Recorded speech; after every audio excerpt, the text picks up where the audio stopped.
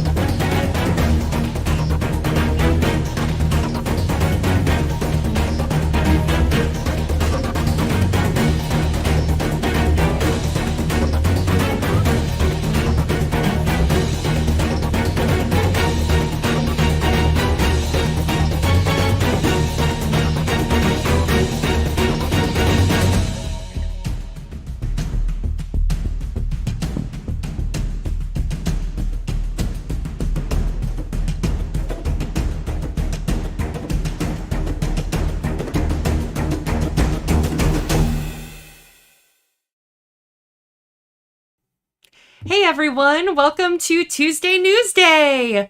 It's good to see you all again this week. I'm Rem, I'm the Community and Marketing Director for Catalyst, and I'm here today with Johan. Hi there. Am I saying your name right? Johannes. Johannes. Okay. Yeah. Johannes. Sorry, I'm in French Canada, so we ignore the second half of the word. Ray and a lot of others call me Joe. I can't even pronounce that, but I listen to it. Joe? Is it more Yo? Is your nickname Yo? It works. Okay, yeah. Cool. Well, thank you for joining us today. I'm excited to chat with you when we get to the meat of today. We'll be talking about the new Recognition Guide Vol2 that you took a big part in. So really excited to hear about your work. But we've got some news for you guys first. So here we go. We've got the first thing I'm going to dive into is the hot topic, which is BattleTech Mercenaries, as always.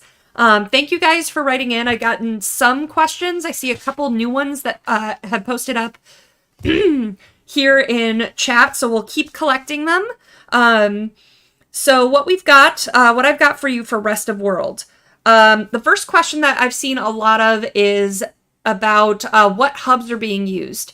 I'm still kind of pushing on this as we go. I know that there's hesitation in sharing it because then the hubs start to get lots of questions when all customer service is supposed to go through QML.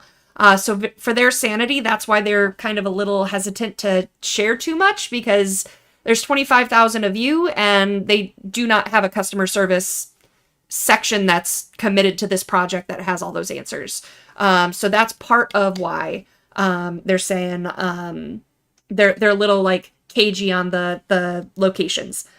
But I do have an update for each part of the world that we have hubs. So for the UK, VAT has just gotten approved. So our VAT, I don't even know how to explain it because they've gone through with our accountant and everything, all of the steps that have needed to be taken there.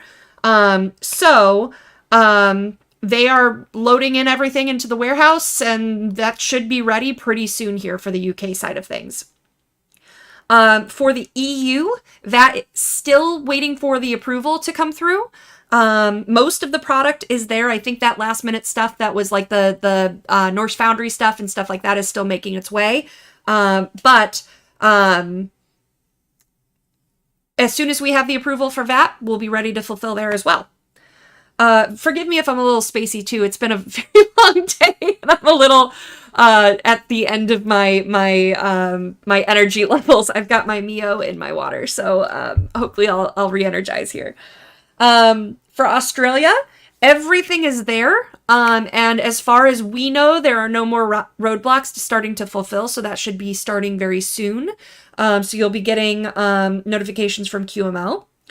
For VFI, for the Asian regions, I don't have any news for you just yet. I'm still trying to track that down and hunt down the right conversations. For Canada, Mexico, Brazil, the rest of the world, it started shipping. We've had the first 60 to 70 shipments go out. So that is now in process, and that's coming directly from QML. So yeah, that's the update that I have for you guys. I don't have any news yet on Wave 2 or 3. I know that they are going to want to get well underway for any roadblocks for Wave 2 or for Wave 1 before they deal with Wave 2. So I'm still going to dig. I'm still going to be asking more questions. Anything I don't have the answers for or details on. I'm not in those meetings anymore, so I'm just collecting what I can as I can. So we've got, we'll keep collecting those questions, and I've talked to my, one of my marketing team members, and he's going to actually start, posting as soon as we get this organized. We're going to start posting, on Discord, on, our socials and stuff like that, a place for you to answer or to ask Tuesday Newsday questions before we're live so that I can get any questions answered that I can before we come here. So look for that. That's coming soon. But that is our shipping update. And we'll get a backer update soon about that stuff as well. I'd kind of like to have a little more solidity in terms of this information before I get a full backer update out. But coming soon. All right. Next up, what I have for you. My notes are all over the place here. So little update for you guys. I told you last week about mine and Randall's trip to LA to play BattleTech with Freddie Prinze Jr. And that whole crew that was there. We got an update from them. They did a practice round without us on Sunday. Freddie's team won, and Freddie's team consisted of Freddie Prinze Jr., John, who runs their, John Lee Brody, who runs their studio, then Sam Witwer, and Macaulay Culkin. So that was the team that won. Apparently they shouted at the very end, for Rem and Randall, in our honor for the killing blow. So, a lot of fun. It's cool to get the pictures. I'm excited to start pulling stuff from the pictures that they've sent to start getting out on our socials to help promote as well. But you can follow their YouTube channel, which is, I think Geghead. I copied it last week, but I'll have to pull it up, for you guys. Maybe I can do that when, Johan is in the depth of an answer, from a question that we ask. So that'll be coming. So that's the update on LA. A couple of cool things coming out. I don't know. I don't have much detail about this yet. I don't know. I think it's going to be at Gen Con that this happens, but maybe sooner. And I think definitely after is our goal. For those who don't know, Lauren Coleman, our CEO, lost his son, one of his sons in January from a tragic accident. And Connor's favorite color was pink. So we are doing pink hoodies that will be coming out. They're going to have the Urban Mech Legion, same design as what was on the gray t-shirt that came out a little while ago. But you can either get it with a pink hoodie with black lettering and graphic, or you can get a black hoodie with pink lettering and graphics. So we're really excited about that one. So that'll be available in honor of Connor Coleman. Something else that we've talked a little bit in passing on previous episodes about, I might actually also, this is going to come on social media because it's just too much to multitask right now, but Echo Chernik, who is a beloved artist for Shadowrun, she just launched a Kickstarter today for a new project called Maya. It is erotica, just forewarning for those who may not be interested. But I'm going to drop her link to her Kickstarter in the chat. Beautiful work. She's such a talented artist, and she's just phenomenal as a human being as well. So please check out her work if you can. Share, support. It would be great to support our artists. Additionally, there's a second Kickstarter that launched today. That's from a client of mine, actually. So friend of Catalyst. Yeah, Maya did fund in under an hour. So happy for her. So Mark Zickery is a film producer in LA. He created his own studio after he got sick of handing scripts over to the studios that then rip apart the scripts and say, now produce this. And you're like, no, this does not have the vision that I originally had. So he created his own studio and he crowdfunds his projects now. So he's been working on Space Command.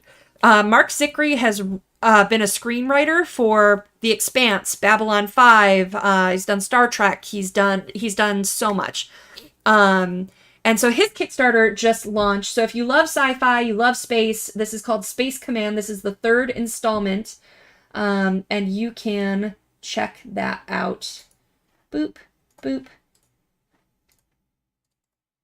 Right there. Awesome. So that's Echo, that's Mark. We talked about the scroll, we talked about the hoodie. So much happening, guys. But with that, I think it is time to segue over to my very patient friend here. Hi, yo. Hi. So today, it was supposed to be the 7th, but it's today. We launched on Catalyst's website. I'm going to get you guys the link to this too. The new, it just went live within the last hour. This is the BattleTech Recognition Guide Volume 2, Ilclan. Boop. There it is for you guys. So while you're listening, go ahead and go shopping at that link. But tell us about this project. Like what? It's only 4.5 years in the making. What? So, yeah, and this is active development. Well, the last half year has been just waiting for publication. When did Volume 1 come out? Last year, I think. Got my copy here. It says 2023. Yep, 2023. Oh, wow. Last year. But we started with the whole series early in 2020.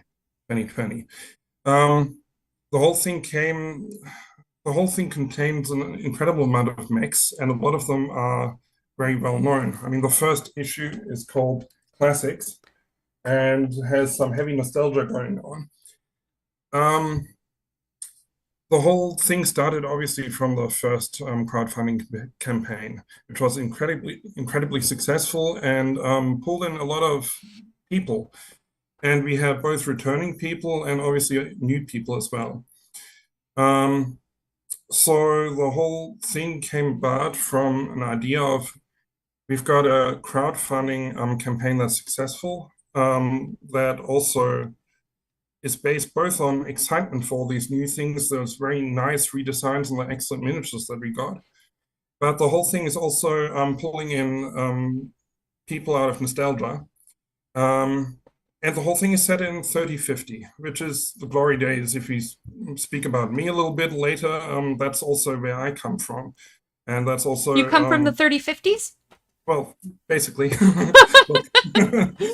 But it's definitely one of the two formative eras that we have in BattleTech. Succession Wars and Clan Invasion are probably the two really big ones. Yet we are now developing BattleTech in exciting ways that we haven't been able to in the last 20 years, really. We are developing the universe in a direction that's new, that's unwritten, that's not predestined by other material that was done in other game lines, like Dark Age was. So obviously, on our game side and on our lore side, we wanted to focus on the 32nd century. So the mission statement here was, we've got this wonderful set of miniatures. How do we make them relevant in 3150 instead of 3050? That was the starting point for the whole thing. And it was not easy to come up with an idea that kind of serves the universe and doesn't feel contrived. And really gives us, takes us another step in terms of the game itself. And so yeah, that was the starting point. Awesome. I think if I start talking about details now, the hour will be gone. But that was definitely the starting point, and the first issue contains all the classic Innisphere mechs that we know. From BattleTech, Battle Droids really. It contains the first 14 amongst others, and all the formerly unseen mechs. And that's actually it, because there were also a batch of clan unseen mechs. And even 3 Comstar unseen mechs. By the way, I want to shout Yo out for our audience, because Johannes lives in Germany. So you're joining us at what is it, 10 p.m.? Yep.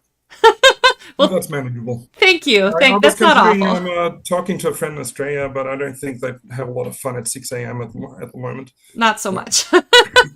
Well, thank you for being here and making the time for that. So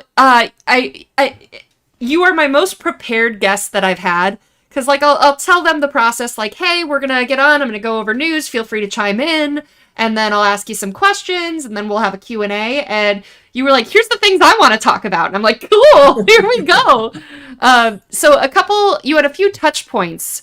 So what was the mission statement of the overall project?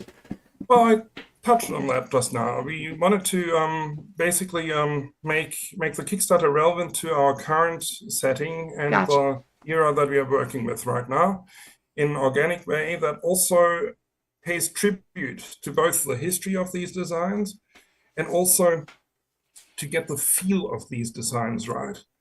I'm going back to Volume 1, which is still a new book, so go out and get it if you don't have it. We went on a 4-page spread for the core classics, for the core unseen mechs, which we call classics now. And they are spread out on 4 pages with 1-page text, 1-page stats. And then we have these notable pilots across 1.5 pages before we reach the illustration that basically serve to tell little stories across the eras. So we really get a sense of the history of these designs. We are not pretending these are the newest things. We are pretending these are the most classic, iconic things. We're not pretending, we are stating that. And that's also why they have 2 sets of stats, because ultimately we could not fully agree which angle we would focus on exclusively. And the 2 angles that we had was make them feel really classic, lived in, and also try to get stats with modern equipment that feel like they compare to other units as if you're looking at the old technical readout 3025 with the 50 mechs plus the box set. They should stack up similarly to that. But then also, the Marauder needs to be the most kick-ass mech in the universe. So we needed really great stats for that. You opened your mouth and I heard Ray come out. Marauder, obviously. So the second set of stats will either be really competitive or really quirky, or will also serve a function in universe. Some of these will be driven by accountant tech, really. We know, like, in universe, there's this factory there. In universe, it produces these components. So in universe, anything produced there would have to be shaped up like that. Most obviously, I'd need to check out the model number, but look at the Ostrock. one of the two units is obviously not a particularly powerful variant, but it slots right into the write-up of the Ost War in Technical Readout 3085. And that's the sort of craziness that we get into on projects like Yeah, this. the detail. You said in your email to me that you're fairly well entrenched in 2 to 3 specific areas of expertise in BattleTech, and it's just so deep that it's the deep lore. It kind of is. If I can just share a few words about myself, because I think some people might know me, but many might not. I'm the product developer of the Recognition Guide. I'm also, at least internally, I'm the associate developer for mech design. Ooh. And my fields of expertise is I came into the Catalyst as a volunteer in 2008 for record sheets. And I was heavily involved with record sheets until about 2015 and got pulled into the technical readout side in 2010.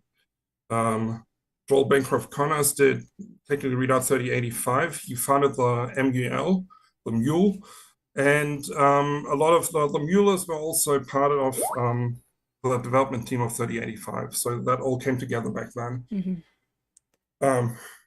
Cool. Thank you again, Joel.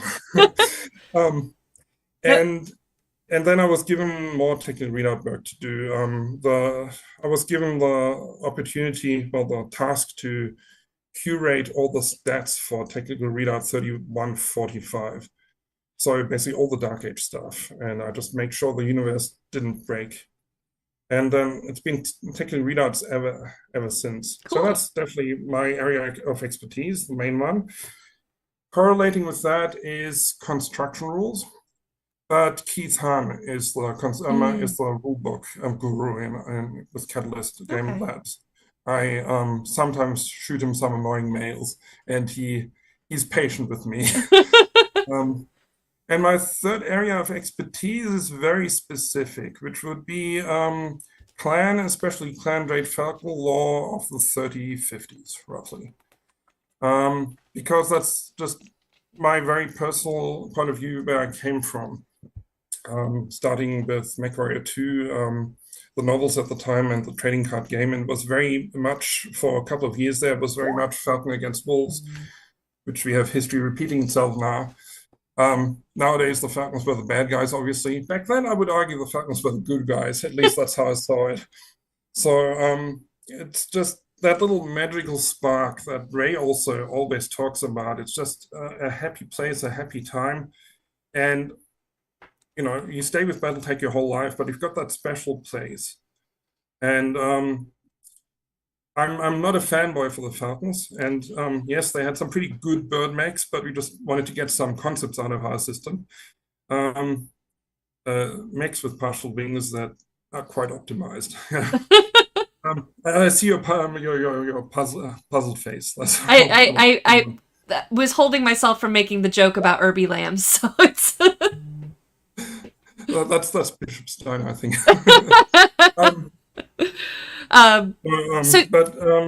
I think that's a point that's very important to me, because I love playing clans, both in terms of, you know, I don't do much role playing, but in the board game as well. But for me, clans aren't power gaming stuff.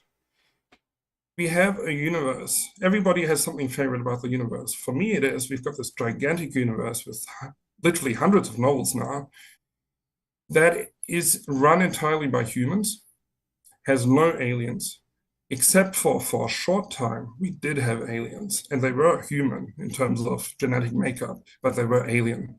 And I think everybody has their favorite books. I really love the early Robert Thurston books about Clan Jade Falcon.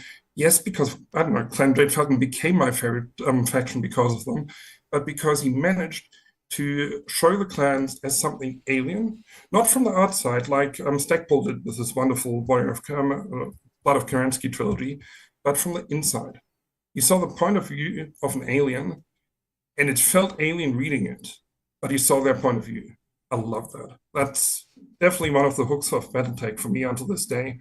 And I've had the comment of some little bits of writing that were meant to be set in 32nd century, and it felt like very 31st century because I'm still very much entrenched in that idea. They should be alien, and I'm not right in that stance, but that's my special place in BattleTech. Awesome. Yeah. Cool. Now, one of the things that you wanted to show as a bit of fun behind the scenes was the chapter introduction splash panels. Yeah. I don't actually have a hard copy of Volume 2 yet, but the one thing that's totally new to the Recognition Guide print series is obviously the chapter introductions, which do have some nice hints about things that might not be coming, but they've got splash panels. And we haven't had those in a bit. I really adore that about the old technical readouts because it brings just a little scene to life from every book. They were done by the wonderful, either it's Nathan Melendez, or Nathan Melendez. Sorry about butchering your name, Nathan. I just imagine they're related to Howie way in the future. He does a lot of work for Shrapnel, but he did our splash panels. And we definitely had some sort of motion on each of them. Like this one might be recognized by any people with older books in them. This is the splash panel for the Clan Classics. And it is an homage to the splash panel for the Clan Second Line Max and 3055, which came out in 1991 or 1992, I think. So we returned back to that because it really encaptured everything that would also be featured in this chapter. We had a lot of fun in this, and we had quite a few homages, really. I was lucky enough to be able to buy this original of Nathan. Ooh. And this one is a really deep cut because it is seen from a different angle of a Stinger that is sitting down like Rodin's Philosopher sculpture. Yeah. Was an illustration for the introduction for Stardate magazine, which was affiliated with FASA and did Star Trek, which FASA had the rights to in the 80s, and BattleTech. Wow. And they had a Stinger like a philosopher. Huh. The original artist, unfortunately, has passed away since then, so this is now the tombstone for him, Gideon. And the story features in the Stinger write-up in this book. Oh, cool. Neat. And it was lovely to be able to get these little images to life with all these splash panels. So if I get to advertise the book at all, I think it's worth it for that alone. But that's my personal opinion. I just really, really love where we went with the art in this one. Awesome. That's so exciting. Cool. Neat. I like all the crossover and the little threads to pull and everything here. There's just so much richness. Now, you also said, I'm going to let you take this away. You have a little spiel about naming of new units. I wouldn't call I call it spiel. I wouldn't really call it a spiel. Ray mentioned that I should say something about it when I'm on. What I really feel I need to say about it is naming is such a whimsical topic. You sometimes something strikes you about the unit that just makes a name appear in the inner mind, but often it's a lot of pointless arguments of myself and Ray and a few others, and in the end we come up with names that serve the purpose, serve the unit, don't break anything, hopefully. And nobody really remembers who came up with it. That's the funniest thing, because Ray mentioned the Alpha Wolf, I think. I thought, I remembered contemplating that myself, and to anyone who picked up on that, yes, we know that wolves don't really have alpha wolves.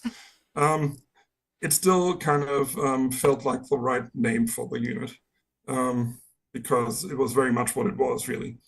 And like Jade Phoenix, I was just chatting with Matt Cross, and I think he suggested it to me, but I'd also written it down on a paper somewhere as a possible, as a possible way to go.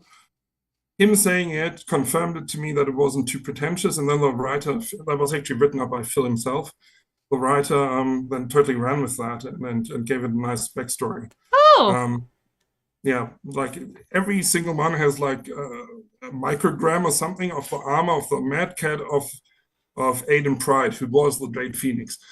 Yeah, so it all came together wonderfully, but ultimately there's no simple single answer, and every mech pretty much has its own story.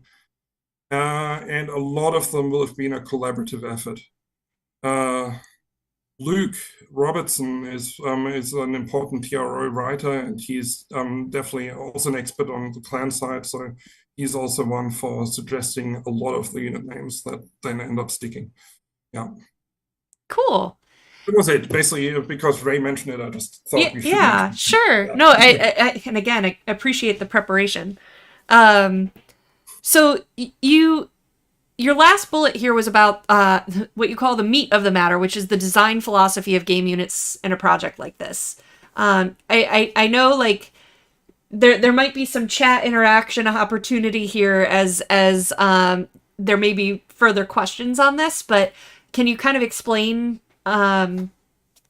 what that philosophy might be? It's kind of entwined with the first bullet point that we had about what the mission statement of the project itself.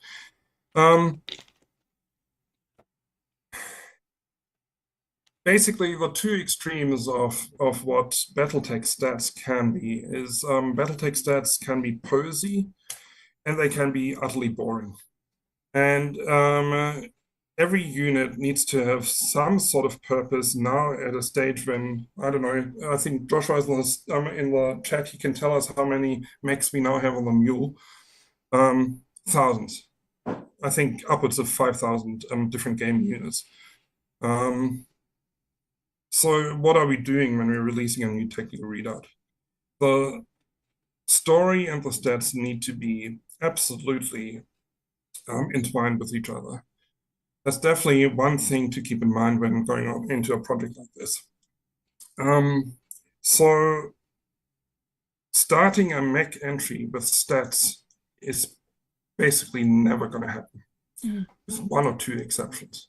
The one exception to this was actually literally the Great Phoenix, which I'd come up with, I don't know, a decade ago, and was simply optimized. Everything else had a hook elsewhere. And ultimately, in a technical readout like this, where we do Kickstarter stuff, mainly, we've already got our whole template. And then we had the second issue is filled with a lot of new units.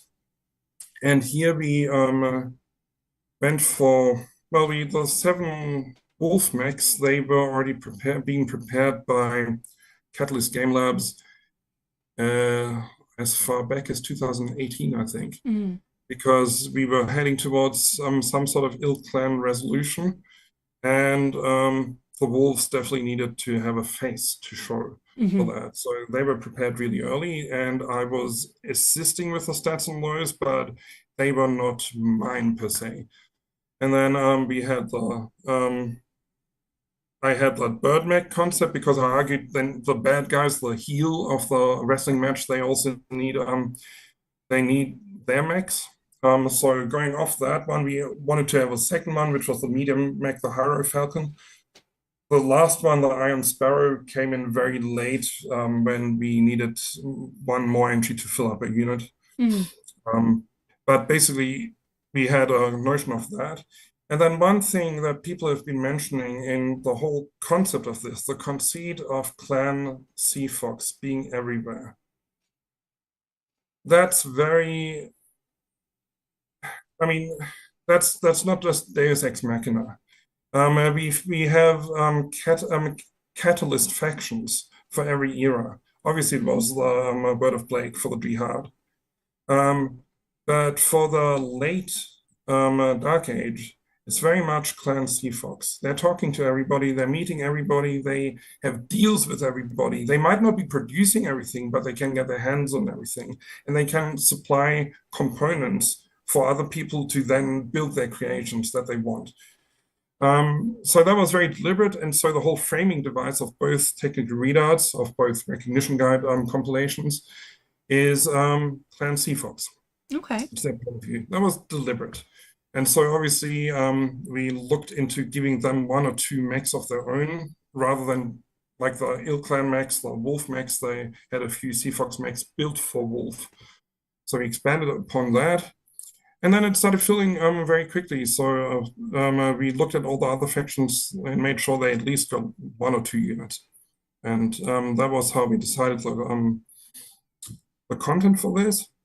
And about the stats, we usually had some sort of hooks in terms of what we wanted the unit to do, and then tried to give them a little bit of flavor to tie in with their clan or inner sphere house. Okay. Yeah. But as I told you in my mail, this is something that I could discuss for days on end. So maybe there's some questions about this. We are starting to get a few, so we'll start to segue toward the Q&A area. But I did want to ask as well, is there anything for Volume 3 in the works? No. Ray and especially Aaron would just simply kill me. Their stare would kill me across the ocean. We actually originally prepared for 24 issues. Oh, wow. And then Kickstarter 2 was on the horizon. It was clear we probably ought to be going on, because before we could publish anything in terms of a compilation, Kickstarter 2 would already be live and hot. So that also immediately meant an expansion into vehicles and.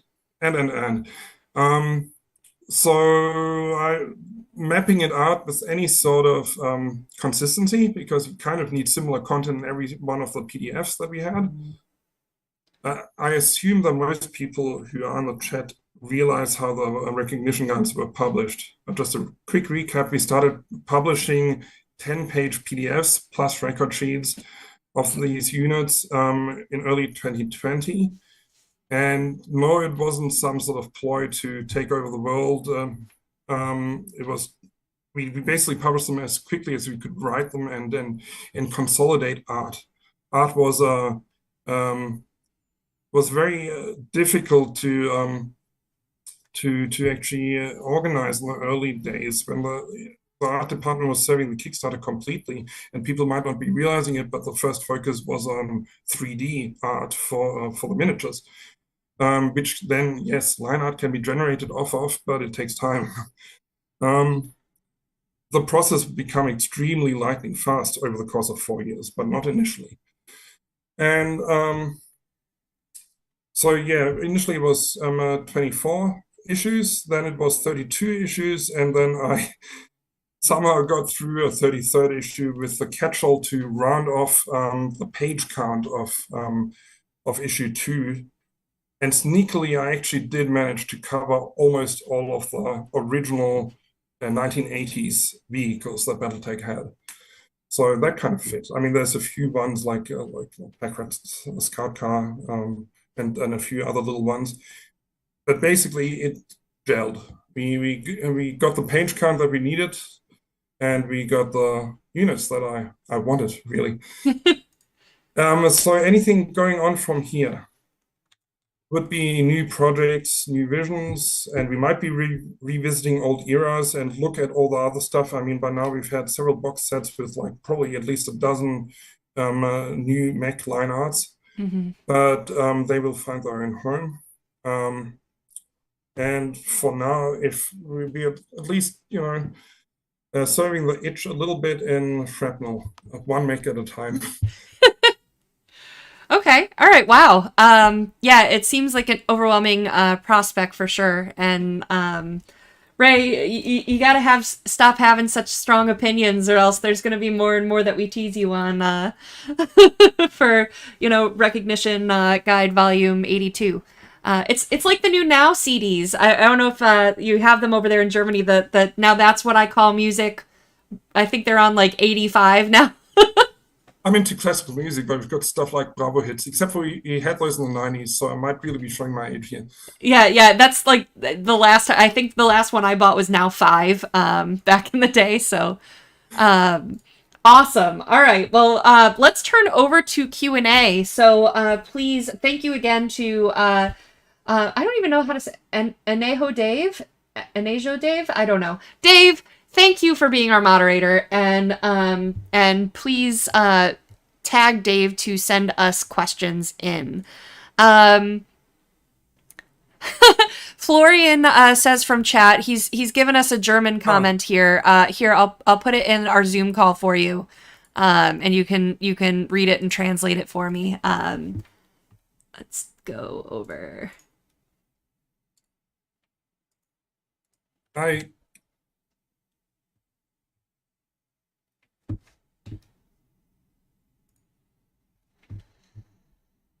He commented that you're missing a soccer match. Oh, okay. I might be. Yes, well, Germany's hard, so BattleTech is more important again. Fair enough, fair enough. Topa asks, how does someone get involved with mech designs?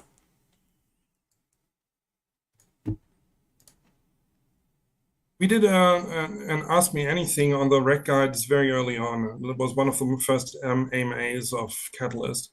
And the same question came up. And back then, I still said, be a long-time contributor on the forums with Errata, because that's how I got my start back in 2008. And we did recruit a lot of people from there at the time. I'm not so sure if it's still quite accurate. I know that one or two contributors that I pulled in for the rec guides actually other people were aware of them from other avenues, but I was aware of them from the forums as well. But that's a very myopic view. I think these days it's generally one of the most closed off areas of contributing to BattleTech altogether. But basically is be interacting with Catalyst in some way, some form, and not just interact with them, but contribute something. Yeah, I know one of the things here in the States that a lot of freelancers have said is like starting with the demo team, and there's opportunities to write for like Shadowrun missions. I know people have written for before they've started freelancing for as source book and fiction and stuff like that. So being present, just being around the group and getting to know them and showing your expertise and passion for it is a great way to start. Basically, you can't specifically point out any sort of avenue, but do exactly as you said, Ram. Shrapnel is a fantastic way of trying to contribute with actual stories, with actual visions. Obviously, the benchmark is whatever Phil deems correct. So it's I can't promise anything there, but I can tell you it's very well, there's lots of interaction between the different creative teams. Cool. So if you just approach in a holistic way, are there as part of the community and as a contributor in any form, it definitely raises your chances to do the things you want. That said, technical readout work has been very self-contained in many ways.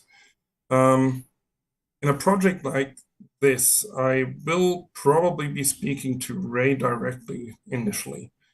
And contributors will be pulled in primarily for writing. And once they craft a story, they can use the story to develop the game unit further, for sure. But the whole general concept of the game unit is usually preset. In terms of just curbing expectations to both contributors, existing contributors, and to the outside. Even in-house, it's closely guarded in many ways because of all the different factors that I've even just hinted at before. all that craziness before, that was just the surface. Mhm. And then there's certain contributors who are very heavily involved in technical readouts. I'm definitely gonna name Chris Wheeler here. He is my de facto co-developer on a lot of the technical readouts going back to at least 2012. And I think everybody knows what the other people want of them and where their limitations are in a strange way. So we are pretty good at checking each other's blind spots. And so yeah, outside our new contributors are there to do the writing, to flesh out the universe, the history, and that will generate, the occasional game unit. Okay. So the hurdles are immensely high. I'm really sorry about that. But be part of the community, contribute in a constructive way, and that's definitely the starting point. Okay. And everything else after that is luck, I guess. So Takeo Kurita asks a little deeper, when designing a new mech or variant, do you think about or discuss the drawbacks it should have, and is there an idea behind some mechs having more severe issues than others?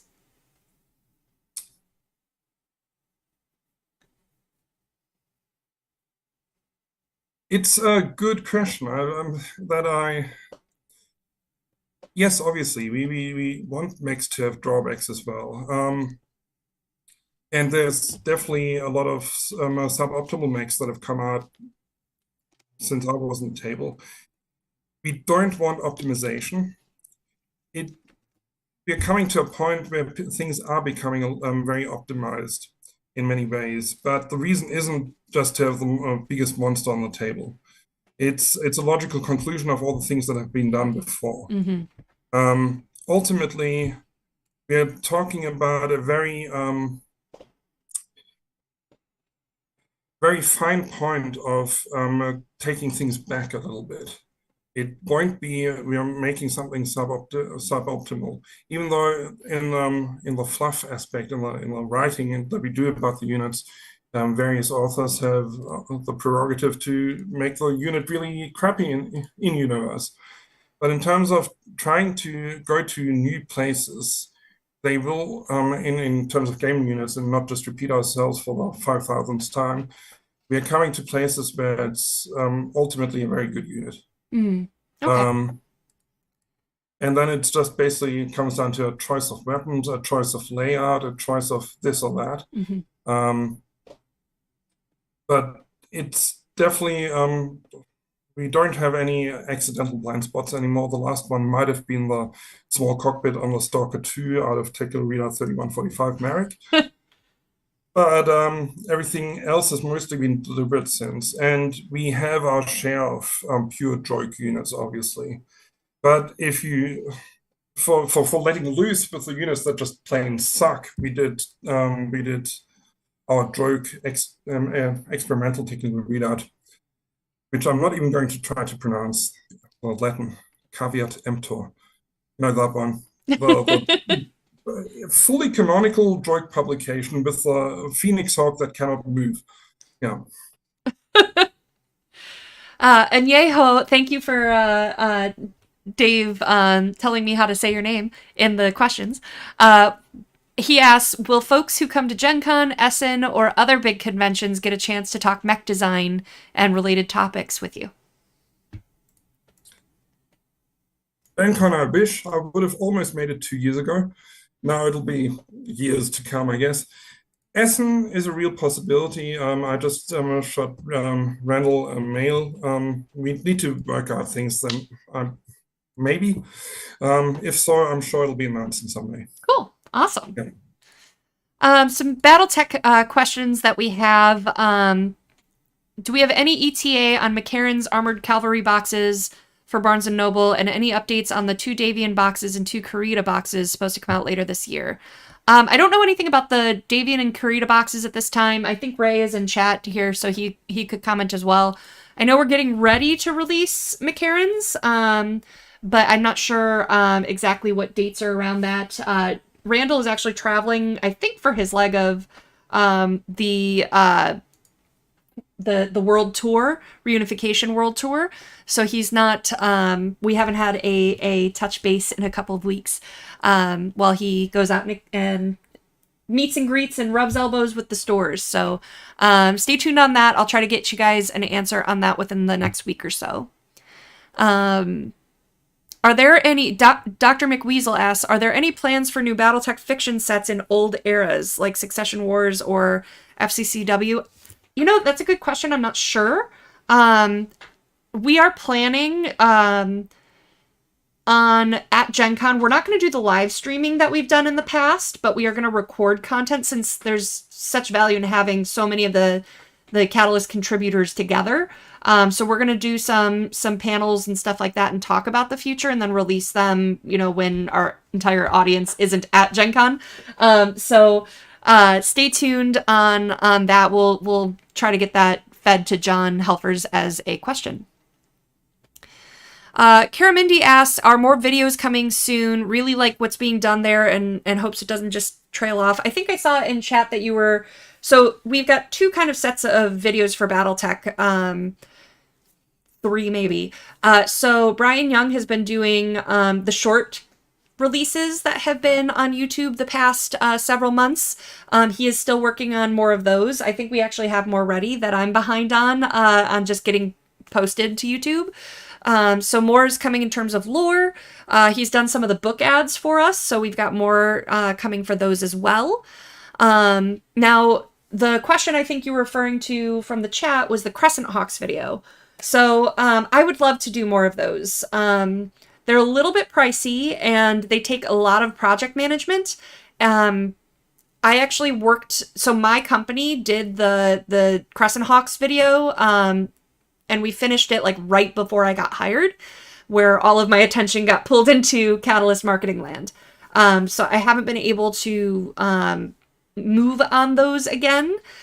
We would all like to. All of us want to. And Lauren had even approved us to do like one a month and stuff. So yes, we want to do more. I only have 1 day a week that I get to work on content though. So it's just been very slow moving to get that situated and organized and moving forward again. So yes, we would like to do more. It has stalled. Stay tuned and hopefully we get some support to move on that soon. Question from Prussian Havoc for Leviathans. Any word on Leviathans? Rule set release, I'm not sure. I think we just got a backer update earlier this week, if I'm not mistaken. Or maybe it's still coming this week. Regardless, I know that we just released a bunch of status updates about manufacturing and stuff like that. So either that has posted or is posting very soon. So check out the Kickstarter page for more info on that. The BattleTech Kickstarter from Dr. Death 43. Any idea when we'll get our store credit from the Mercs Kickstarter? Let me follow up with Talon. Everything's been turned over. I have a feeling that with planning for Gen Con, it's a matter of manpower right now. We thought we could upload it into the store system, and apparently it has to be manually entered, so we might need to get a part-timer to help hammer those out. But let me follow up, and I can ask. A couple other BattleTech Kickstarter shipping questions. I don't think I'm going to have answers to these, but I want to acknowledge them, that we'll circle back on these with our Kickstarter team and with QML. Nokirian asks, then, is Norway, UK, or EU? I would assume that you would know that better than I do, if it's with the UK shipping laws and stuff like that. I don't know much about that, but we can ask and figure that out. Dave asked, can we define the countries in each region? We'll do our best to do that. There's a lot of countries in each region, so let me see what I can pull together for you. Turbo Turtle asks, what is the definition of Wave 1, Wave 2, and Wave 3?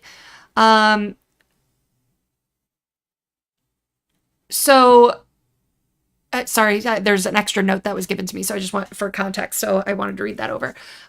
So Wave 1, as far as I know, and I could be misquoting this, and if I do, then we'll clarify it later on. So wave 1 is everyone that had submitted their final unchanged addresses and all of that by December. And that export went through, got scrubbed and everything and sent to QML. Then there was from when the address change, the last call for address changes through Catalyst went through. And I think that's wave 2. And then wave 3 would be, I think, everything through QML. So I'm not 100% sure that I have that right. But based on the whispers I've heard here and there in meetings and passing, that's my assumption. But I can definitely get clarity on that. And then Mark asks, can we expect safely that a segment will release each week until a wave is done? I'm not sure what you mean by a segment. I know that Tyler gave us a bit of an update last week on how they are prioritizing their orders. Let me see if I can pull that up too, and refresh on that, because I literally last week read it from Tyler's message to me. So let's see. That was the backer update.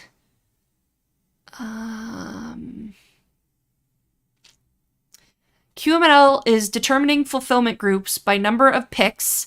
The largest group of backers by pick totals are being shipped while also working on other groups simultaneously when they are able to.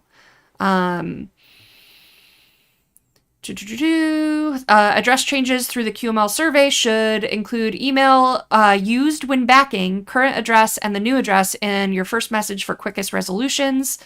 So that's the update in terms of what I have in terms of prioritization on the shipments. So keep the questions coming. I'll keep compiling them for Tyler to ask in the meetings or send a follow-up email if they don't get to it in the meetings. But that's what I have for you so far in terms of that. 3 minutes left. We'll see, Dave, if there's any final questions. Anything you want to pipe in on, Yo? Well, just looking through Recognition Guide to myself here. One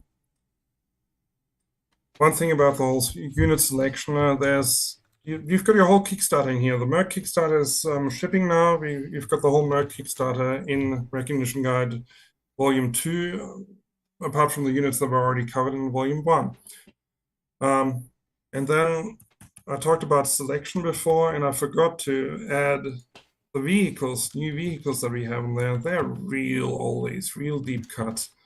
We're talking about 80s vintage vehicles, which we managed to get back to life. So I'm really, really happy with this. It really feels like Classics Part 2, at least in the vehicle section. That's me just thinking here as I'm scrolling through it. Awesome. Yeah, please. Again, the link is in the description of the video. You can go get your copy of Recognition Guide Volume 2 as of today, as of 2 hours ago. Be one of the first to get it. And Dave is linking, if you have questions about the international shipping that we didn't get to cover here, feel free. There's a comment in the most recent backer update where we're collecting those questions to pass to QML. So, yeah. Thank you very much. Thank you, Yo, for joining me. It's been really nice chatting with you. Thank you very much for having me. Just 2 shout-outs. Joshua, thanks for sticking around in the chat. Ray, you too. And thanks for always being patient with me, because Joshua is one of the people who gives me work outside of that stuff that I develop myself, and he's endlessly patient with me. Thank you for that. And Elise, or Stephen, in case you're listening to this, happy birthday, Elise. Happy birthday! How exciting. Cool. Oh, that's so nice. Yo, thank you again for joining. Thank you for having me. Yeah, of course. Let me know next time you've got something coming out, and we'll bring you back on. Appreciate you making the time with the time difference and everything. And we'll see you guys next week. Thank you. Bye-bye.